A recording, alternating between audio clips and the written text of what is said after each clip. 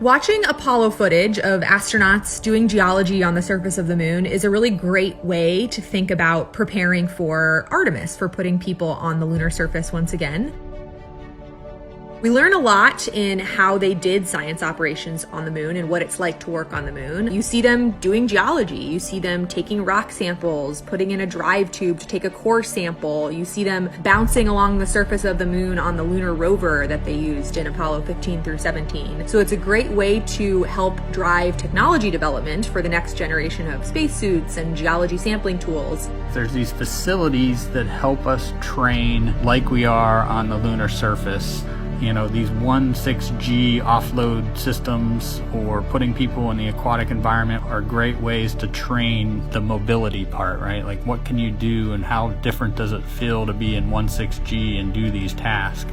We've been training astronauts in geology and geoscience for decades now. The Apollo astronauts had literally hundreds of hours of training in geology before they flew to the moon. It's often said that the Apollo astronauts had the equivalent of a master's degree in geology by the time they flew to the moon. In the intervening decades since Apollo, we've been training astronauts who fly to the International Space Station because when they're on the ISS, they spend time observing the Earth, looking out the window, taking pictures of what they see on the Earth's surface. Now that we're looking at putting astronauts on the surface of the moon, we also take them into the field. We take them to field sites here on Earth that resemble field sites that we expect them to see on the moon. That's the reason why we take them out into places that are unique, like volcanic landscapes or places that are analogous to the lunar surface, to train them on the scale and fidelity of science that you just can't recreate in these facilities. And so by combining this classroom and field training, we're able to prep them for fundamentals of geology, the major driving lunar science questions that we have that we hope to address with the Artemis program, and teaching them how to do field work in relevant analog environments. For just science aspects of developing new spacesuits, can it get you to where you need to go? And then once you get there, can you do the cool science that you need to do? And so that's, can you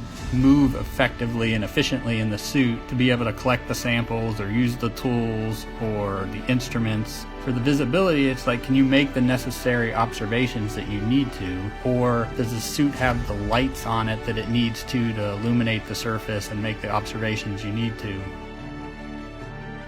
The lunar South Pole holds tremendous resources that are going to allow us to continue to explore. This is a place that we've never been before. There's so much to be learned from getting boots on the ground and exploring a unique place that challenges us as humans and also helps us develop technologies that make our everyday life that much better. We think there might be volatiles present at the South Pole. By using these volatiles, we'll be able to do things like create drinking water, create rocket fuel to launch astronauts back to Earth. And so by harnessing the power of the land, we'll be able to help astronauts establish that long-term sustainable presence.